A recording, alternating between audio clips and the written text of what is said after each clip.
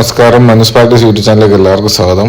ഇത് നമ്മുടെ വീട്ടിലുള്ള 2 ചൈനീസ് കൂസും ഒരു മണിത്താറാവിനെയാണ് കാണുന്നത്. മണിത്താറാവിന് ഒരു 15 വയസ്സിന് മണ്ടയ്ക്ക് പ്രായമുണ്ട്, അതുകൊണ്ട് അതിനെ അങ്ങനെ അങ്ങ് നിർത്തിയേക്കുക.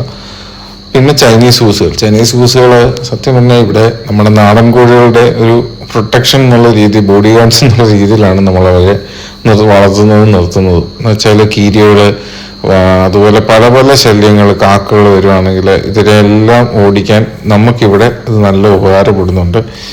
ഇവര് മുട്ട വർഷത്തിൽ എനിക്കിവിടെ ഒരു 3 ക്ലച്ചൊക്കെ മുട്ട കിട്ടാറുണ്ട്. ഇവരുടെ പ്രത്യേകത എന്ന് പറയുന്നത് ഇത് മുട്ട അവർ തന്നെ അടയിരുന്ന് വിരിഞ്ഞ് കുഞ്ഞുങ്ങളെ നോക്കി നല്ല രീതിക്ക് കുഞ്ഞുങ്ങളെ നോക്കും. അതുപോലെ നല്ലപോലെ നമ്മളോട് ഇണങ്ങും. നമ്മുടെ വീട്ടിൽ വളർന്നു കഴിയുമ്പോൾ നല്ല രീതിക്ക് നമ്മളോട് ഇണങ്ങും.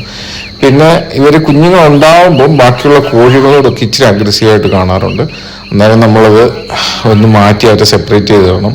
അതുപോലെ ഇണങ്ങി കഴിയുമ്പോൾ ഭയങ്കരമായിട്ട് നമ്മളോട് ഇണങ്ങും, ഭയങ്കര അറ്റാച്ച്മെന്റ്. നമ്മളെ കാണുമ്പം നമ്മുടെ ഒരു ഡോഗിനെയൊക്കെ വളർത്തുന്ന രീതിയിലാണ്. നമുക്ക് വേറെ പുറത്തുനിന്ന് ആൾക്കാർ വന്നാലും ഭയങ്കരമായിട്ട് സൗണ്ട് വെക്കുകയും അവരെ ഓടിക്കുകയും ഒക്കെ ചെയ്യും.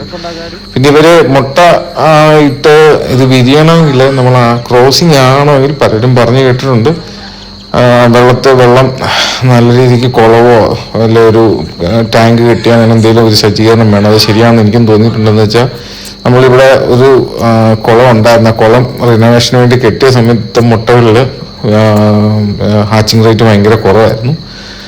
ആദ്യം ഉണ്ടായ കുഞ്ഞുങ്ങളെ ഞാൻ നിർത്തിയില്ല, അവരെ നമ്മൾ ഒരാളെ ആവശ്യപ്പെട്ടവൻ കൊടുത്തു. ഇപ്പം രണ്ടാമതും അവർ എഗ് ചെയ്ത് അടയിരിക്കുകയാണ്. ഇപ്പം നമ്മുടെ ആ കുളമെല്ലാം റിനോവേഷനൊക്കെ കഴിഞ്ഞിടത്ത് വരാലുകൾ ഉള്ളതുകൊണ്ട് അവർക്ക് ഇറങ്ങി കുളിക്കാനും ഇറങ്ങി നീന്താനും ഒക്കെ ഒരു പേടിയുണ്ട്. എന്നാലും വെച്ചിട്ടുണ്ട് മുട്ട.